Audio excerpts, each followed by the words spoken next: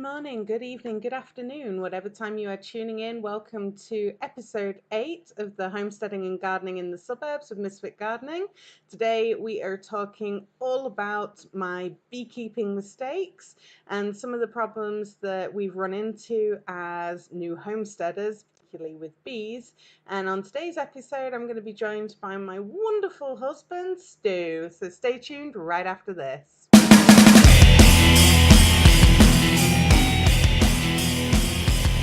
Hi there, welcome back. It's Emma from Misfit Gardening, and as I mentioned in the intro, today is all about my beekeeping mistakes.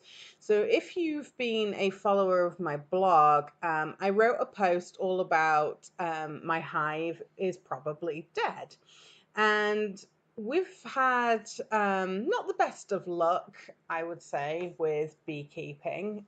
We've made quite a lot of mistakes. And I think a lot of that is just to do with the fact that really we've not had a lot of interaction with bees, beehives, and like most skills, you got to make some mistakes before you really get good at them, right? I mean, I can't cut wood in a straight line, but I'm sure if I continue to practice, I'll be able to cut wood in a straight line, right, honey? Sure. So today, my husband is joining us because actually he's had a lot more involvement with the beehives than what I have. And some of the mistakes that we've made in beekeeping have included things around wasps and winterizing the beehive. We've had the wrong bees, I think, for our climate. We've not fed them enough, or we've fed them the wrong stuff. So I just wanted to talk a little bit about what some of those things were and kind of some of the learnings that you got when you went and visited a friend who actually has a lot of hives and has kind of a semi business relating to bees, right? Yeah, my buddy Jack.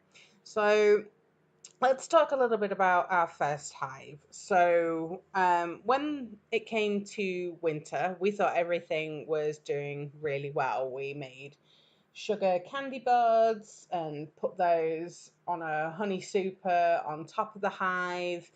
And then we winterized the hive, right? Well, I think one of the things that we did is it's kind of like equating to the new parent syndrome. You're going to bubble wrap everything in the house to protect your newborn infant. And that's kind of the philosophy we took with the bees. Not only did we wrap tar paper around our Langstroth hive to keep it warm, but we also impregnated it with straw. We built up straw walls around it. And I think we also put a tarp over it, didn't we? Yeah, we put a And tarp over and we had the tar paper as well. right, and I think what we did is, as far as making sure the hive was protected through the winter, we actually did a fairly decent job. I think we went a little bit overboard with all the hay, or the straw, I should Yeah, the say. straw bales. But what did us in was the false spring that we had in February. The bees woke up because in February it got up to about 75 degrees. The bees woke up thinking, oh, it's springtime. They went out, started doing their thing, and then a day later it dropped back down into the 20s Yeah. and killed them all. Yeah, and it's a good point really because the hive was, active during February and a little later in spring, when we opened it back up again, we realized, they'd frozen to death, really. They couldn't get to the food because the food was on a honey super, which was too far up in the hive structure for them to even get to. And they were kind of clustered together on a brood frame, really for warmth. It was, I mean, for me, it was really sad to actually see. I was quite upset about it. I don't know how you felt when you saw that. Yeah, it was quite devastating. One of the things that I learned uh, from my time down in Galveston doing the beekeeping was that there's kind of this balance you've got to equate in the wintertime. There's going to be condensation on the top, even though the top of the hive is where most of the heat is. So we figured that's where we'll put the candy boards because at least they'll be warm while they're eating the candy boards. But the problem was that the condensation at the top of the hive would get the bees wet. They'd go down lower and freeze, and that's what would happen. Um, the idea moving forward is if during the wintertime we need to put candy boards in, we're going to put them in the middle of the hive, somewhere, make some room in between the brood comb and the honeycomb that they've built up. Yeah. And I think for this year's hive, we're also going to be sure to not over insulate, because we Correct. noticed that the hives around us, from an orchard just down the street, they just had the tar paper wrapped around them. They didn't have like all the extra insulation that we did. So we're going to be doing the same thing this year. Let's talk a little bit about the wasp problem that we had last year, because I mean, this year hasn't been as bad for the wasps, but last year for sure, we had a bit of a wasp problem. So you want to talk a bit about that? Okay, well, granted, wherever you're listening at in the United States or abroad, uh, we do have yellow jackets, wasps. Winged assholes. Okay, and the problem is in the fall they're looking for extra protein, and they will attack the beehives because they want to eat. Um, we've found that actually a really good idea is you can buy those wasp traps. I don't know who the maker of them is, but They're honeybee friendly wasp traps. So at the top they have like a water reservoir bit, and then at the bottom there's like a bit that's like you can either put a pheromone in there that'll let them get up, or what we've found that works really well is that if you put a piece of meat in there, it doesn't have to be cooked. As long as it's like a piece of bologna, a piece of corned beef, even like a little meatball or something, bit of something ham. bit of ham. Uh, that will within a week we probably had maybe 2 dozen wasps in each trap. It works extremely well. The pheromones and the attractants that you can buy at the store, you can buy them if you want to and spend the money, but quite honestly, you got some spare meat in the fridge, just throw a chicken leg in there and it works just as good. And you don't have to worry about spending the extra money. A lot of the homesteaders we know that are on budgets, they make do with what they've got. This is what we found that works really well. It's just some old meat in the trap. The more rotten, the better, and the wasps will go crazy over it. And so far, we're just entering in the end of summer, beginning of fall, and I've got to actually go out and empty the traps today because they're completely full. Yeah, it's important to note that we actually did a bit of a side by side comparison. So we have one trap that actually has the pheromones and stuff in it, and the meat, and we had one without the pheromones and just the meat, and they're both equally, there's roughly the same amount of wasps in them. There's not really any difference at all. So for sure, I'm going to be saving my extra pennies and not bothering with the pheromones anymore. But some of the problems that we really had with the wasps were, I mean, I remember watching the guard bees just fighting them at the entrance. We tried narrowing the entrance. I mean, we were in the hot tub one time and there was wasps that were attacking a worker bee that just happened to, fall on the floor right by the hot tub because she was feeding on some of the flowers that we had there, and they just stung her to death and then carried her off to feed the wasp hive. And that was pretty rough. And even around Thanksgiving, we had a lot of um, problems last year where the wasps were basically going into the hive, and we I think we already had a weak hive really at that point because they just weren't able to fend them all off. So wasps have a thing about the extra protein. They will steal the larva out of the brood frames. They'll take the honey. They will take whatever they can get because they are mean and they are hungry, just like me when I get hungry. Yeah. Speaking of feeding, one of the other interesting things that I learned from a good friend of mine that's been beekeeping for a while is that Langstroth hives have in-hive feeders. What's a Langstroth hive? Okay, the Langstroth hive is pretty much every hive that you've seen around. It's the standard hive in the United States. It's, square boxes stacked on top of each other, usually white in color. A top bar hive, it looks like a small coffin, really. When I was building mine, I actually had a neighbor come by and ask me if we had lost a child, and I thought that was the most bizarre question I've ever been asked while woodworking. Uh, but anyway, getting back to what we'd talked about was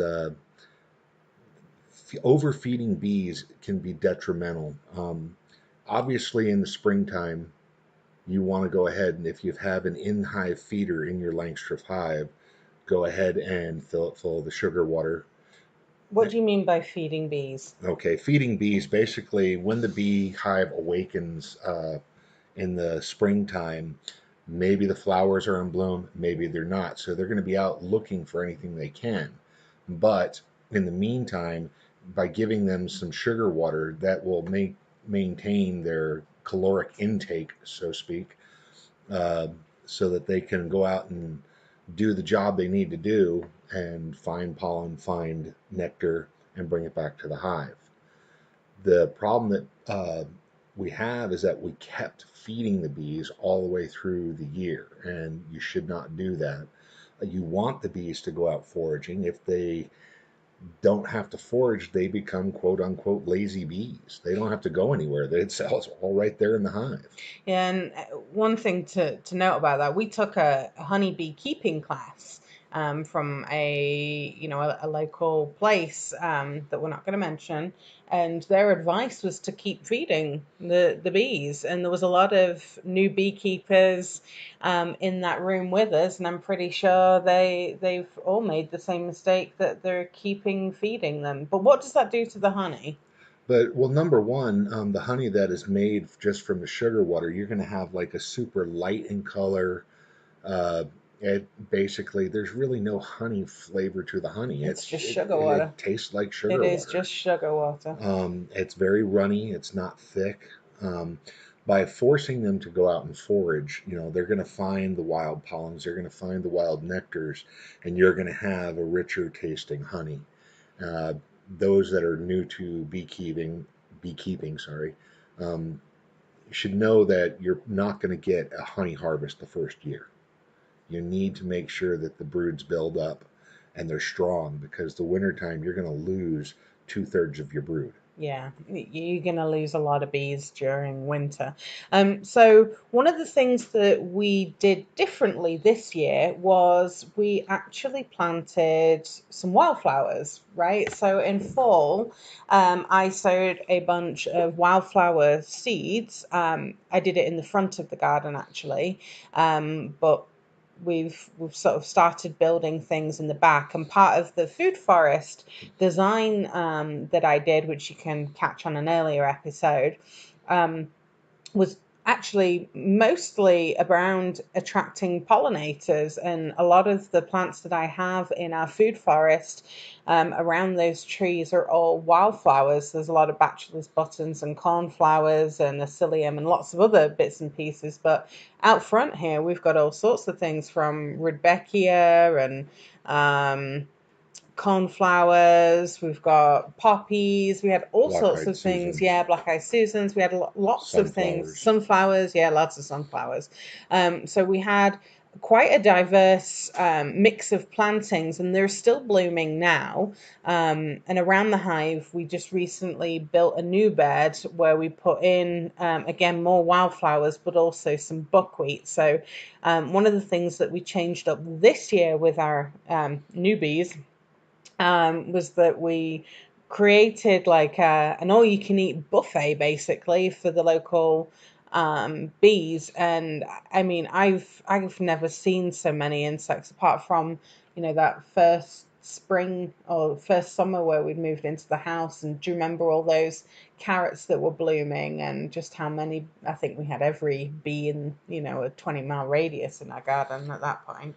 don't forget, I'd like to take credit for one of the major reasons we've got such a strong hive this year is that we have a hop garden, and it's a 20-foot by 4-foot fence, and I've actually harvested about 11 pounds of hops off that garden. Now, if you guys understand about hops, you'll know that that is an insane amount of hops for that particular amount of space.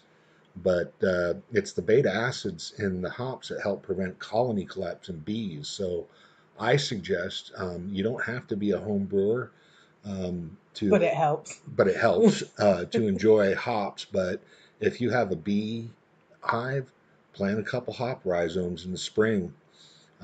Actually, you can pick them up in the fall as well, so they're ready to sprout in the spring. And then the hive will have something beneficial for them. You'll have something beneficial for you. So you might not get a honey harvest, but if you're a home brewer like myself, you're definitely going to be able to make some good beer. That's one of the things we're doing for Jack, isn't it? We're going to be taking some rhizomes off our hops and sending them over to him so he can try growing hops near his beehives. That's correct. So we've talked a little bit about wasps. We've talked a little bit about winterization. Let's talk a little bit about the wrong bees, because this is kind of one of those things where there's a lot of mixed emotions about the types of bees. I know we've got friends in Canada who've got family and they've got bees that they've brought in from Mexico and they overwinter. And stuff, and they've not really had any trouble with it. But for us, really, there's only predominantly like two varieties of bees that you can get here in Utah, and they are the Carnioleans, or the Carnies as I like to call them, because let's face it, living with me is kind of like a circus. And also the Italians, and we had Italians the first time, and they were very gentle. We didn't really need to suit up to do anything with that hive, but they weren't very cold hardy, or at least we didn't find them to be very cold hardy. Well, it also could be that we are making all these mistakes of overfeeding the bees as well. So we don't know exactly where we went wrong. We do know, as far as, personality wise, the uh, Italian bees are very gentle and docile. Half the time I'm working with the bees, I don't even need to suit up.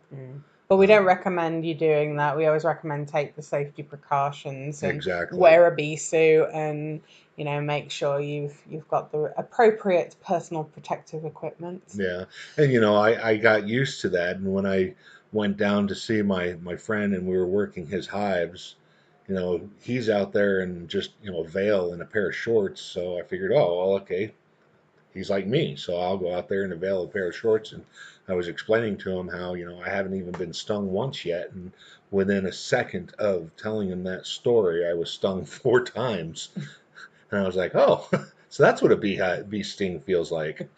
Okay, so interesting fact about the bee sting though is that if you grab the venom sac off of your skin and you roll it in your fingers, you can smell bananas, and that's the pheromone that makes the bees attack you.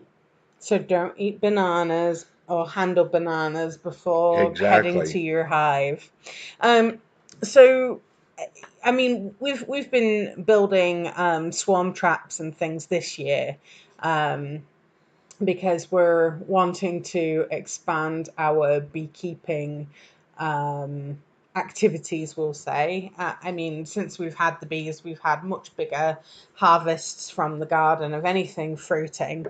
Um, and it's really nice just to see all the bees and, hovering around, doing their thing, pollinating and stuff.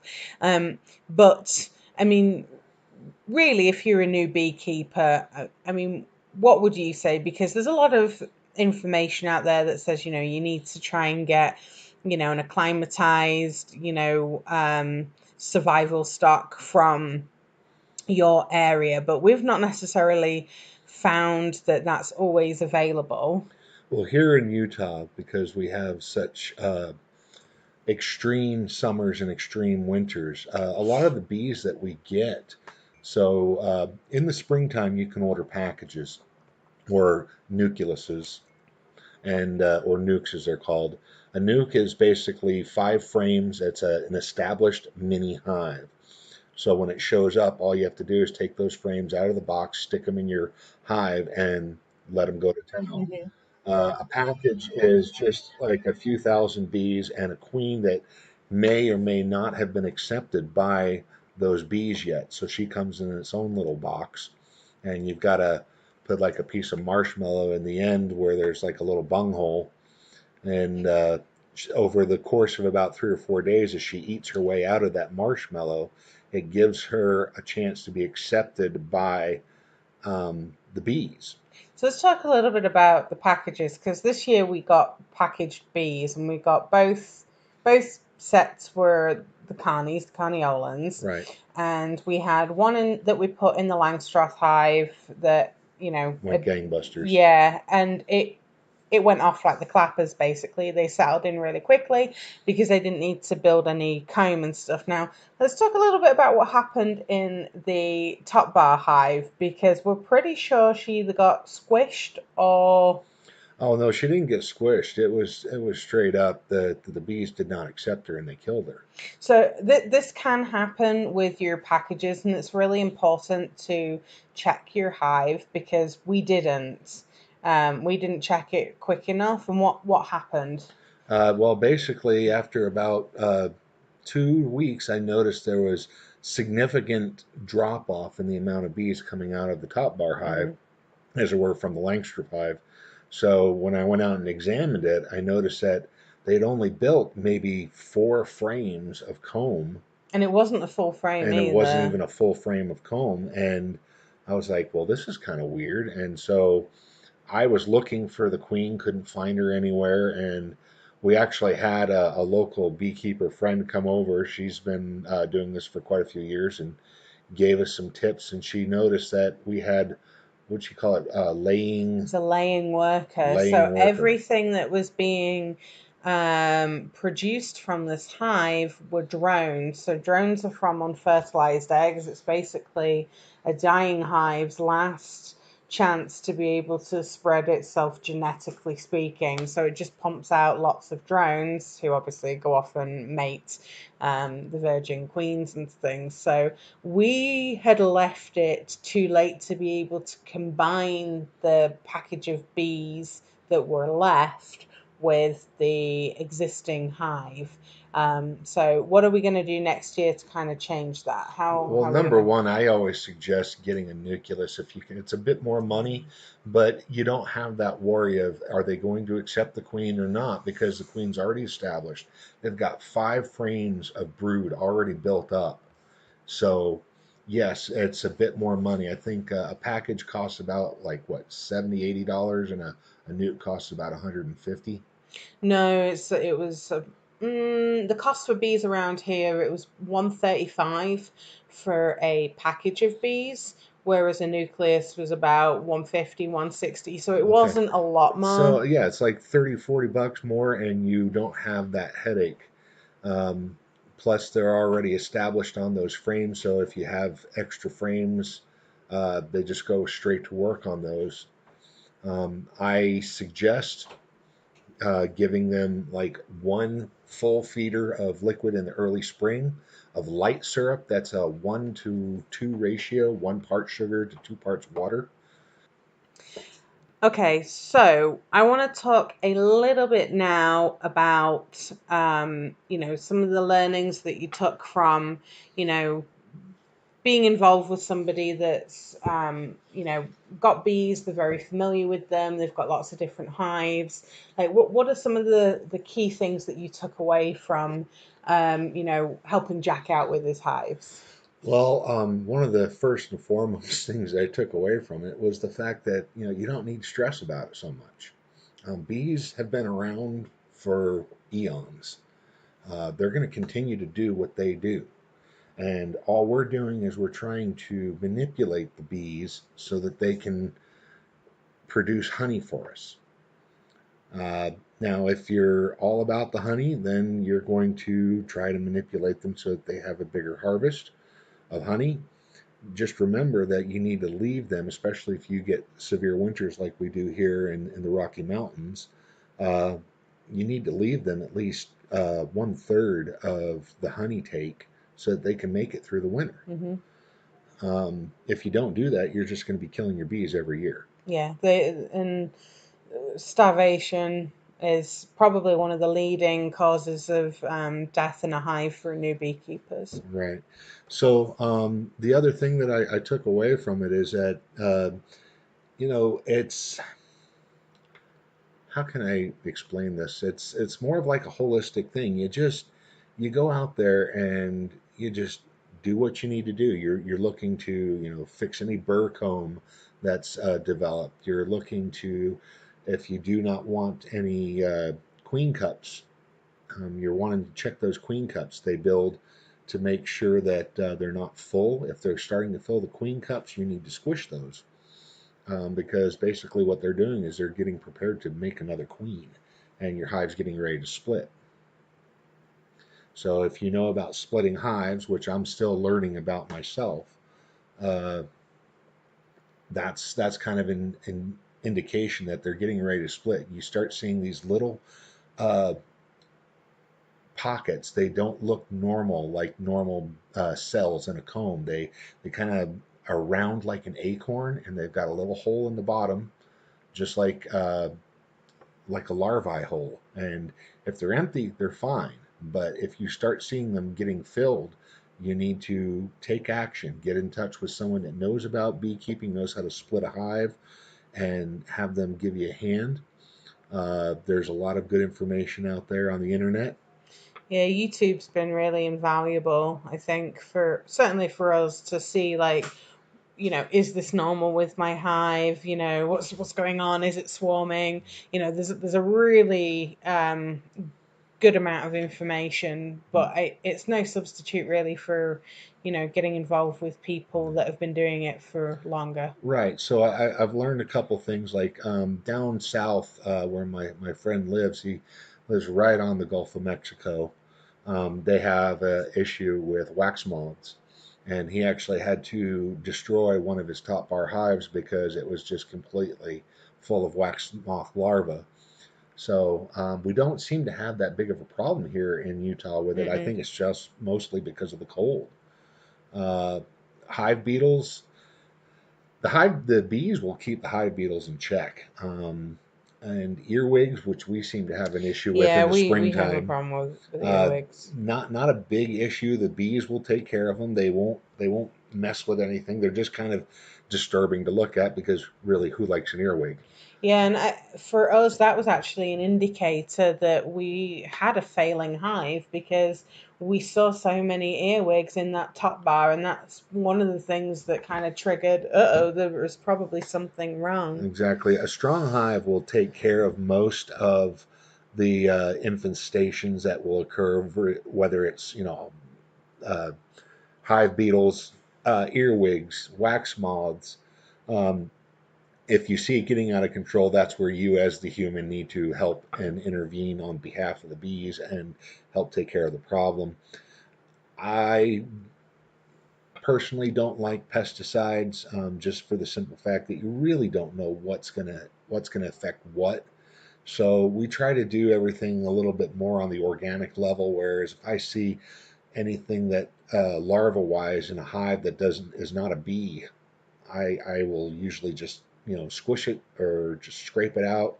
You can get like little metal putty scrapers when you're working the hive and you're releasing all the burr comb and making sure that the bees are doing good and are healthy. If you see anything out of the norm, that's your chance to take care of it. But at the same time, you only need to be doing this about once every 2 weeks. Yeah, you don't need to be in there every day because number one, you kind of run the risk of inadvertently smushing your queen, and you don't want to squish the queen. But also, you can kind of upset the balance of the hive and cause some more problems. So I just want to kind of wrap it up for everybody because it's kind of coming up to the end of the show. So let's run down some tips. So number one, actively be trapping wasps and preferably use meat as the trap because then you're not going to be attracting your bees. And keep the traps just in case. Keep them away from the hive. You Yeah. want to you want to put wasp traps where you know the wasps are going to hang out. So put them in the eaves of your house, any kind of breezeway that you have. Hang them there. Uh, on the corner of a shed somewhere, where it's going to be shady. Hmm. But Um, not right up near your hive. right. Okay. Number two, make sure that your bees have got enough food to get through winter. Don't take too much. You want to make sure that they've got plenty to get through the winter. And take a look at what people in your area are doing with their hives to insulate them. Like if you live further up north, then yeah, maybe you do need the straw bale cocoon with the tarp that we did. But maybe actually if you live in Utah or in some of the southern states, you don't need to go to those at length at all. So Mhm. find out what other people are doing. Get involved with the local beekeeping group. Yeah, I was going to suggest that there's a lot of good groups. No matter where you're at, you're going to find a beekeeping group. It's actually gained popularity, and in some states, they're actually starting to subsidize backyard beekeeping. Um, and it's beneficial because they're noticing that it's doing a lot of good things in the neighborhoods for backyards, flower gardens, vegetable gardens, you name it. I mean, the more bees you have, the prettier your garden's going to be, the more Hmm. productive your flowers are going to be. uh, it's kind of a symbiotic relation all the way around. We always talk about, oh, the bees are dying. Well, the bees are dying, but we have every tool in our possession to help, pull them back from the brink. So Mm, I suggest, if you're listening to this and you're on the fence about whether or not you should do some backyard beekeeping, find out from your city planner if you're allowed to have a hive. If you are, you know what? Do it. do it, yeah. You know, at worst, you're going to be out, $200 if you fail. But you'll if you succeed and you take the advice and you find the local beekeeping groups, and you find that niche that allows you to succeed at beekeeping, it's all the better for you and your family, your environment. And that's pretty much it. Yeah, and for me, it's keep trying. Um, and diversify what you're planting in your garden. Plant more flowers, put some wildflowers in, plant some spring bulbs and some fall plants that are gonna flower, in September and October before the frosts hit. Get as much in your current space that you can, even if it's just in some containers, window boxes, hanging baskets. The more flowers and food that we provide for the bees, number one, it's better for the bees. Number two, it's better for your garden too. And number three, if you're a backyard gardener as well and you're growing your own food for yourself and your family or your friends, you're going to have so much better harvest because you're attracting all the pollinators to your yard. And don't you really want to be that little oasis in amongst all those dead green lawns where there's nothing else growing, and your gardens where everything's happening? I love beekeeping and we've made some real mistakes, but you know what? I wouldn't change it for the world. And next year, I hope that we can, get a couple more hives to fill those top bars that you've built. It's interesting that you say that. I'm going to say this last in closing, but we try to keep things on a strictly kind of organic basis here. My wife is very huge proponent of organic gardening, organic, growing of everything. So we don't spray, we don't treat our lawn.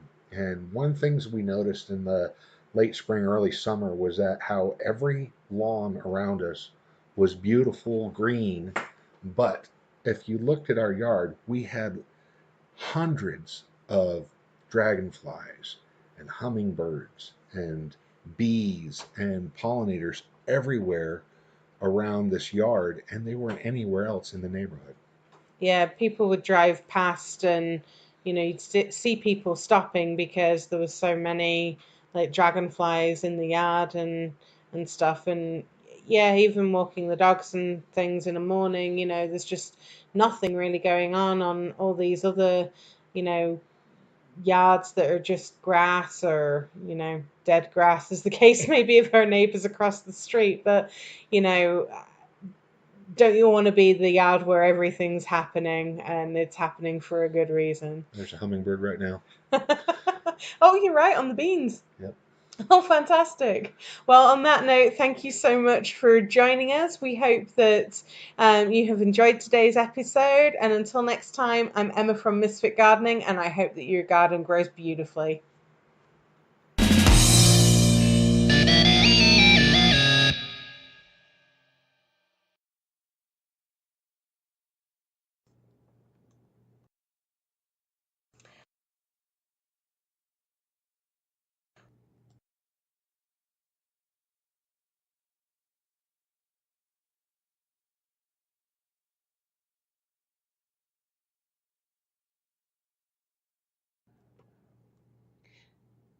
This podcast uses the song Exhilarate by Kevin MacLeod from Incompetech.com, licensed under Creative Commons by Attribution 3.0 license. The song is used for both the beginning and ending credits.